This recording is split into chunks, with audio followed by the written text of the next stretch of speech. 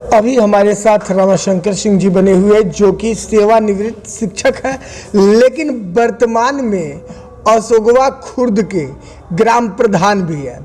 आइए मिलते हैं इनसे और जानते हैं इनके अब तक के नेतृत्व के बारे में कि जब इन्होंने अशोकवा खुर्द का नेतृत्व संभाला तब से लेकर अब तक अशोकवा खुर्द में विकास की क्या स्थिति रही है और किस तरह से अशोकवा खुर्द को इन्होंने बेहतर बनाने का प्रयास किया है। तो स्वागत है आपका डेली लाइव न्यूज चैनल में। आप लोगों को धन्यवाद। हमारे गांव में विकास के लिए सबसे पहले हमारे गांव में जर्जर व्यवस्था थी आवागमन का, तो मैंने सबसे पहले गांव में गली गली पक्के सीसी रोड बनवाया, खड़ंजा कराया और उसके बाद से मैंने शिक्षा पर जोर दिया, क्योंकि शिक्षा से ही सबका विकास होता है। Plants are developed by cultivation, men by education. तो सबसे पहले शिक्षा पर गांव विकसित हो कब होगा, जब शिक्षा रहेगी तब। तो शिक्षा के लिए मैं बच्चों को यह घूम घूम कर आशीर्वाद देता हूं और बताता भी हूं, और प्राइमरी विद्यालय में जाकर कभी कभी पढ़ाता भी हूं शिक्षक के नाते, क्योंकि वहाँ के बच्चे किस तरह पढ़ रहे हैं, आज की व्यवस्था कैसी है। इस व्यवस्था के लिए मैं भरपूर नज़र रखता हूँ विद्यालयों पर। प्राइमरी विद्यालय हमारे यहाँ है, मिडिल स्कूल भी है, तो उस पर नितांत आवश्यक है। उसके बाद से गांव में विकास के लिए नाली और लोगों के रहन सहन, और 2 वर्ष 3 माह हो गया मेरे प्रधान काल में मैंने किसी को भी नहीं थाने पर जाने दिया और न कोई विवाद थाने पर गया। मैं जितना विवाद होता है गांव में समझा बुझा कर सॉल्व कर लेता हूं। विद्यालय में आप एक प्रधान होने के बावजूद भी बच्चों का मूल्यांकन करने के लिए जाते हैं कि किस तरह से बच्चे पढ़ रहे हैं, किस तरह से नहीं पढ़ रहे।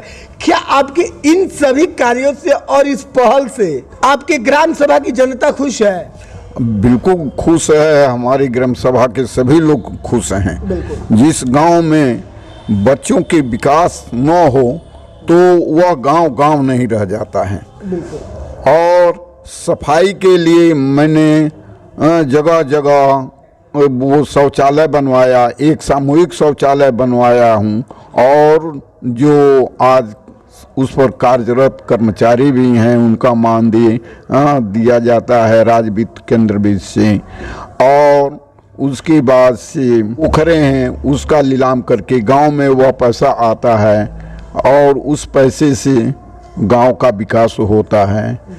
और पेड़ पौधों के लगाने के लिए हमको इन साल 1200 पौधे मिले थे, जिसमें मैंने 600 पौधा लगवाकर और इस ब्लॉक में भी अपना नाम कमाया हूँ पौधा लगाकर। क्योंकि यह पौधा हर साल लगता है लेकिन बचता नहीं है, लेकिन मैं जो पौधा लगवाया हूँ उस पौधे का बाड़ भी लगा हुआ है।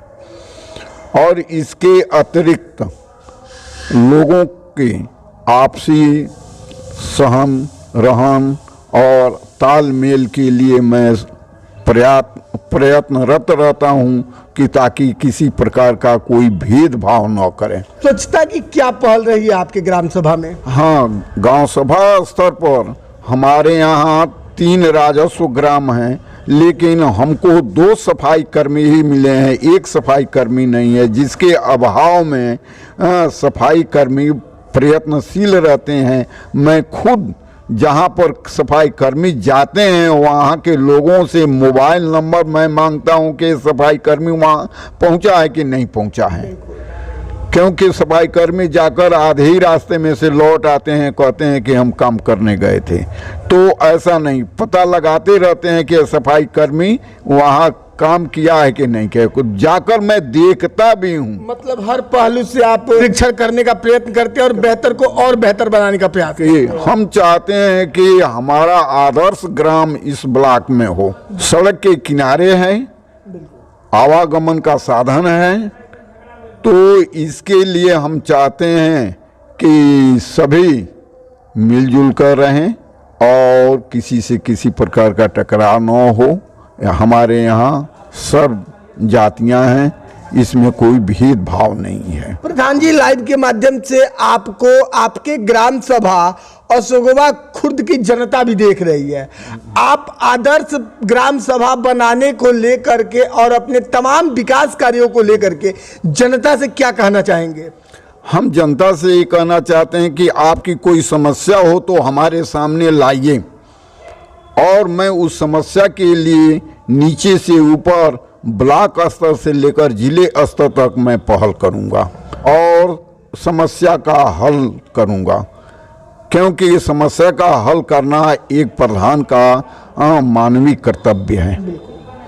तो इस कर्तव्य के लिए हम तत्पर रहते हैं और इसके अतिरिक्त और विकास कार्य धनाभाव के कारण, क्योंकि गवर्नमेंट का बजट सीमित मिल रहा है, तो सीमित होने के कारण पूरे गांव का सहयोग तो भरपूर नहीं हो रहा है, लेकिन नियर अबाउट हम चाहते हैं कि 75% से एबव हम गांव का विकास करें, तभी विकास माना जाएगा। बिल्कुल, काफी सराहनीय पहल है। चलिए जी, चैनल से जुड़ने के लिए और अपना कीमती समय देने के लिए बहुत बहुत धन्यवाद आपका। इसके लिए आप लोगों को धन्यवाद है।